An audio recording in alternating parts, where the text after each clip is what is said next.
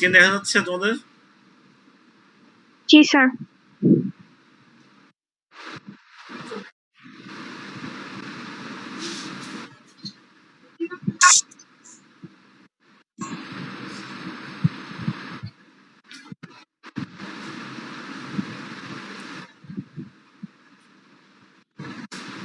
আমরা ছিলাম hazards of ইমিউনাইজেশনে। রিঅ্যাকশনস ইনহেরেন্ট টু ইনোকুলেশন, এটা কি জিনিস?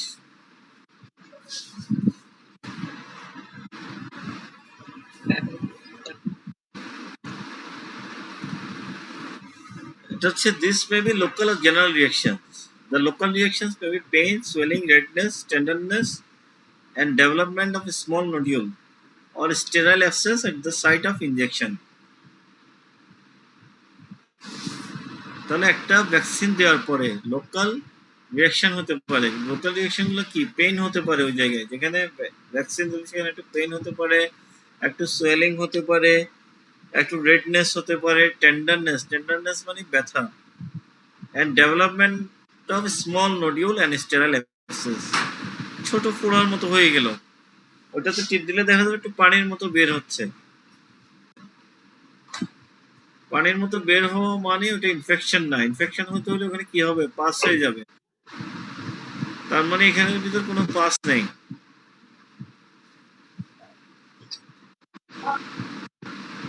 This may be local or general reactions. তাহলে এটা হচ্ছে রিঅ্যাকশনস ইনহেরেন্ট টু ইনোকুলেশন। একটা ইনোকুলেশন মানে কি? আমরা একটা সুই ঢুকাচ্ছি না, একটা সাইটের মধ্যে একটা সুই ঢুকালাম, এটা হচ্ছে ইনোকুলেশন। এই সুইয়ের জন্য যে রিঅ্যাকশন গুলো হতে পারে লোকাল রিঅ্যাকশনের মধ্যে হচ্ছে pain, swelling, redness, tenderness, and development of small nodule or sterile abscess at the site of injection. এটা অবশ্যই ইনজেকশন যে সাইট আছে ওখানেই হইতে হবে। আর জেনারেল রিঅ্যাকশনের মধ্যে fever, manage, headache and other constitutional symptoms.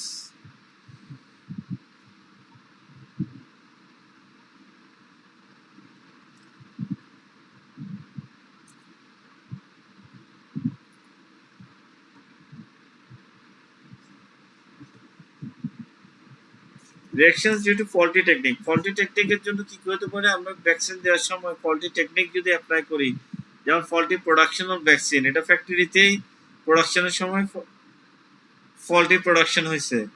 Inadequate inactivation of the microbe, inadequate detoxification. আমরা বলছি না ভ্যাকসিনটা কি? ভ্যাকসিনটা একটা ভাইরাস, ভাইরাসের অ্যান্টিজেনিসিটিটা আছে, প্যাথোজেনিসিটিটা নাই।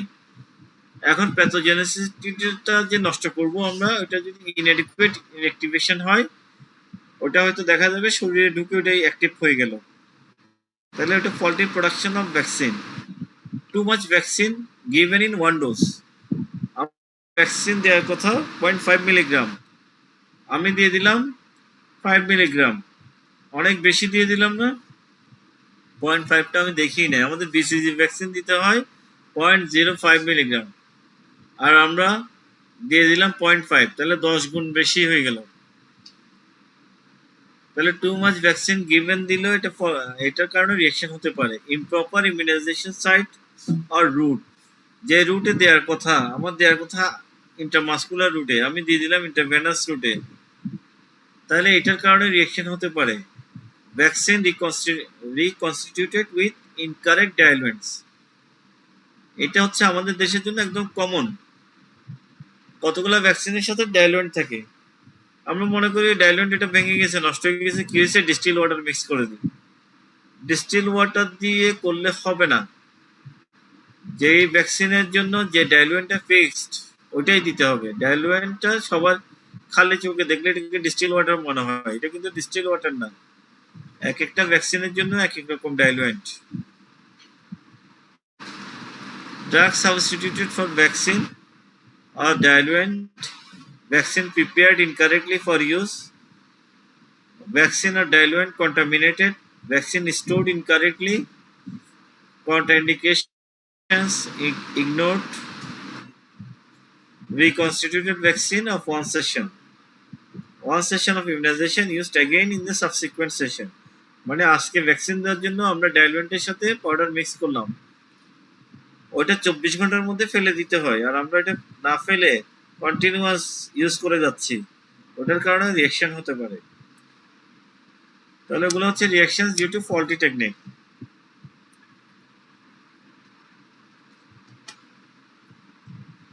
Reactions due to hypersensitivity, বিশেষ করে administration of anticida, may occasionally give rise to anaphylactic shock and serum sickness.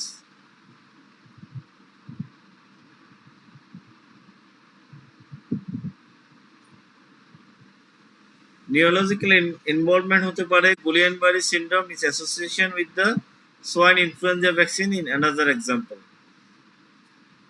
Swine influenza ভ্যাকসিনের ফলে অনেক সময় Guillain-Barré symptom হতে পারে। Neurological involvement. Provocative reactions like occasionally following immunization, there may be occur a disease totally unconnected with the immunizing agent.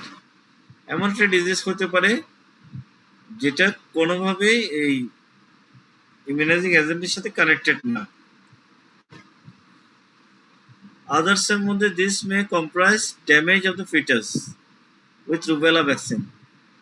কোনো pregnant ওমেনকে MR vaccine দেওয়া যাবে না, কারণ রুবেলা ভ্যাকসিন যেটা আছে this may comprise damage to the foetus.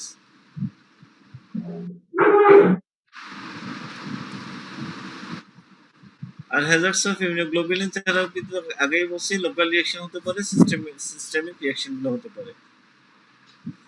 Factor suppressing immunisation, কিছু কিছু ড্রাগ যেমন ধরো toxic inhibitory immune competent cell, X ray করার সাথে সাথে যদি কেউ ইমিউনাইজেশন করে দেখা যায় তার অনেক সাপ্রেসড হতে পারে, মানে ভ্যাকসিনের কাজগুলো সাপ্রেস হবে। Drug interfering with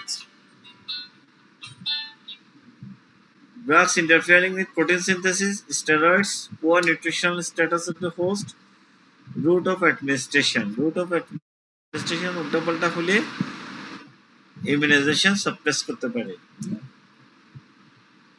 Condition which are not contraindications for immunization. এই কোশ্চেনটা রিটেনে আসে, conditions which are not contraindication for immunization. Minor illness as respiratory infections or diarrhea or fever 38.5 degree centigrade পর্যন্ত হইলে টিকা দেওয়া যাবে, ভ্যাকসিন দেওয়া যাবে, এটা কন্ট্রাইন্ডিকেটেড না। অ্যালার্জি, অ্যাসমা, অ্যাটোপিক ম্যানিফেস্টেশন, হে ফিভার এগুলো থাকলেও ভ্যাকসিন দেওয়া যাবে। Prematurity, small for dead infants, অনেকে বলে প্রিম্যাচুর বেবি এটাকে ভ্যাকসিন দেওয়া যাবে না, তাকে দেওয়া যাবে। ম্যালনিউট্রিশন থাকলে দেওয়া যাবে। চাইল্ড বিং ব্রেস্ট ফেড বেবিকে ভ্যাকসিন দেওয়া যাবে।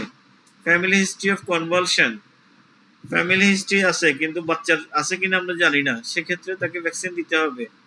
আর কনভালশন থাকলে শুধুমাত্র পেন্টাভ্যালেন্ট ভ্যাকসিনটা দেওয়া যাবে না, বাকিগুলো দেওয়া যাবে। ট্রিটমেন্ট উইথ অ্যান্টিবায়োটিক্স, বাচ্চার মা বলে আমার বাচ্চা তো অ্যান্টিবায়োটিক খাচ্ছে, এখন ভ্যাকসিন দেওয়া যাবে না, কিন্তু অ্যান্টিবায়োটিক চলাকালীন অবস্থায় কন্ট্রাইন্ডিকেটেড না। লো ডোজ কর্টিকোস্টেরয়েডস আর লোকালি অ্যাক্টিং স্টেরয়েডস খাইলেও ভ্যাকসিন দিতে পারবে। Dermatosis, eczema, localised skin infection এগুলো থাকলেও ভ্যাকসিন দেওয়া যাবে। Chronic disease of heart, lung, kidney, liver disease থাকলে ভ্যাকসিন দেওয়া যাবে। Stable of neurological condition such as cerebral palsy, একজন পেশেন্টের সেরিব্রাল প্যালসি আছে বাট এখন স্টেবল, সে ভ্যাকসিন দিতে পারবে।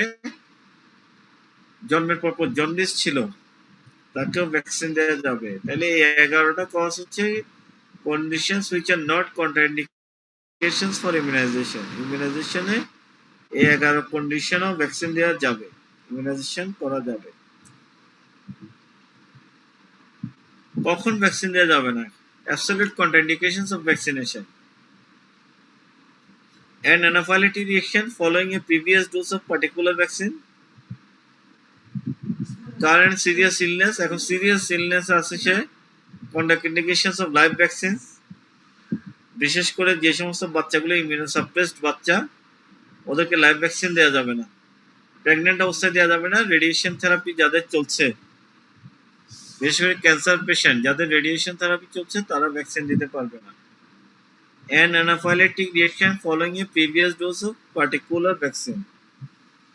Anaphylactic reaction সাধারণত ঘটে পেন্টাভ্যালেন্ট ইনজেকশনে, পেন্টাভ্যালেন্ট দেওয়ার পরে একটা রিঅ্যাকশন দেখা যায় ওইটার ফলে পরবর্তী ভ্যাকসিনগুলো দেয় না। এখন ওইটা পেন্টাভ্যালেন্টটা তো 5টা ভ্যাকসিন, এটা হয় সাধারণত পার্টোসিসের জন্য। বাকিগুলো কি করবে ওরা? সেক্ষেত্রে টিটি ভ্যাকসিন দিবে এবং HIV vaccine, hepatitis B vaccine দিবে।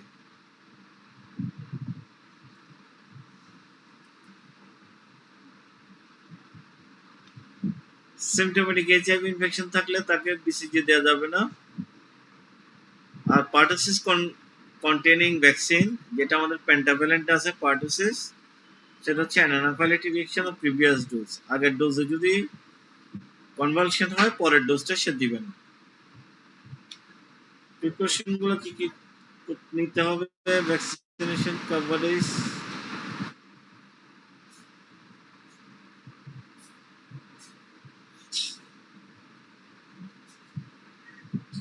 ন্যাশনাল ইমিউনাইজেশন ডে, এনআইডি বলে।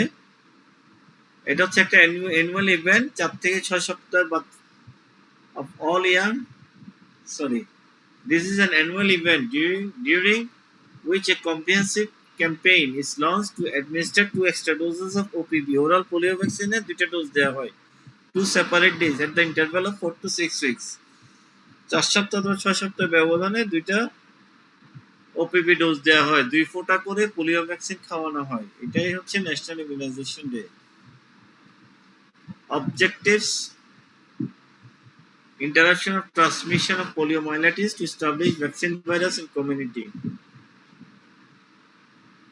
বাংলাদেশে প্রথম এনআইডি পালন হয়েছে 16 মার্চ এবং 16 এপ্রিল 1995।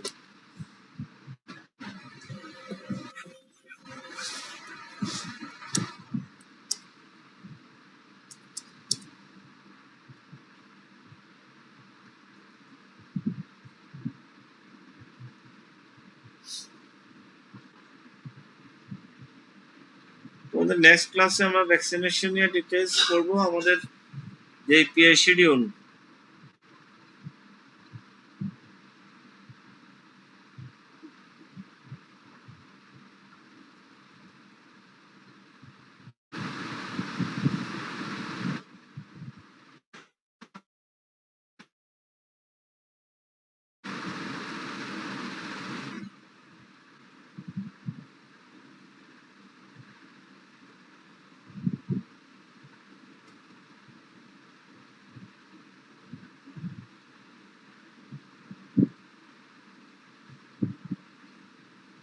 আমি তোমাদেরকে এখন একটু পিএ শিডিউলটা বলেই শেষ করবো আজকের ক্লাস।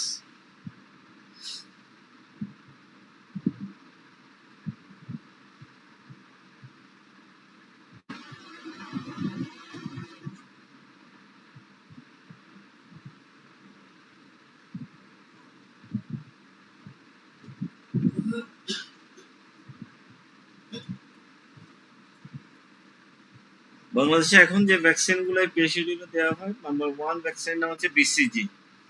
বিসিজি দেওয়া হয় টিউবারকুলোসিসের জন্য 0.05 ml, ডোজ হচ্ছে একটা, জাস্ট আফটার বার্থ।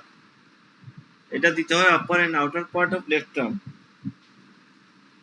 বাম হাতের উপরের এবং বাইরের অংশে ইন্টারডার্মালি। এটা দিবে 0.05 ml। একটা ভ্যাকসিনে 0.05 ml দেয়, ওটা হচ্ছে বিসিজি। আর পেন্টাভ্যালেন্ট সেকেন্ড যেটা দেয়, ওটা হচ্ছে diphtheria, pertussis, tetanus, hepatitis B, haemophilus, influenza B. পেন্টাভ্যালেন্টের 5টা ভ্যাকসিনের নাম সবার থেকে মুখস্থ করতে হবে। তোমরা বইয়ের থেকে দেখে বলো ডিপিটি প্লাস, এভাবে বললে হবে না। ডিপিটি তো একটা ভ্যাকসিন, ডিপিটি কোনো ডিজিজের নাম না, ডিপিটি একটা ভ্যাকসিনের নাম। আর ডিপিটি মানে কি? Diphtheria, pertussis, tetanus. এই নাম এটা আগে ছিল, এখন এটা পেন্টাভ্যালেন্ট হয়ে গেছে। এখন এটার সাথে যোগ হচ্ছে hepatitis B, haemophilus, influenza B. এই একটা ভ্যাকসিন দিলে 5টা ডিজিজ থেকে কন্ট্রোল করা যায়। পেন্টাভ্যালেন্টের ডোজ হচ্ছে 0.5 ml, ডোজ হচ্ছে 3টা, 4 সপ্তাহ করে ইন্টারভ্যাল থাকবে। 6 সপ্তাহে এটা স্টার্ট করতে হবে। এটা দিতে হবে upper and outer part of mid thigh, এটা থাইতে দেয়। Intermuscular pneumococcal pneumonia, PCV vaccine, ওটা 0.5 ml, 3টা ডোজ, 4 সপ্তাহ ডিফারেন্স। 6 সপ্তাহে শুরু হয়, upper and outer part of mid thigh, intermuscular. Polio দেওয়া হয় ওপিভি 2 ড্রপ করে মুখে দেওয়া হয়। এরপর লাস্ট হচ্ছে measles and rubella MR vaccine 6 মাস ডিফারেন্স, দুটার মধ্যে interval between doses 6 month. After completion of 9 month এটা স্টার্ট হয়, 6 মাস পর আফটার 15 মান্থ এটা সেকেন্ড ডোজটা দেওয়া হয়, সাবকিউটেনিয়াসলি দেওয়া হয়। এগুলো নিয়ে আমরা ডিটেইলস আলাপ করব। এখন পোলিওতে ওপিভির পাশাপাশি আইপিভিও দেওয়া হচ্ছে। তাহলে ভ্যাকসিন হলো 1 2 3 4 5 6টা ভ্যাকসিন দেওয়া হয় 10টা ডিজিজের জন্য। এটা কমন জিজ্ঞেস করবে পিআই শিডিউলে এখন কয়টা ডিজিজের জন্য কয়টা ভ্যাকসিন দেওয়া হয়। 10টা ডিজিজের জন্য 6টা ভ্যাকসিন দেওয়া হয়। Thank you all. আসসালামু আলাইকুম স্যার।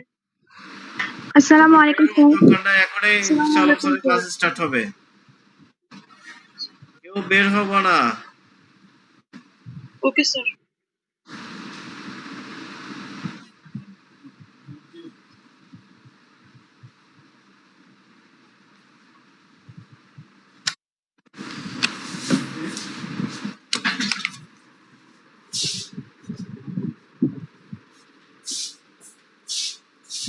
সরি, কথা বলা স্টার্ট করা, কথা বলা স্টার্ট করা।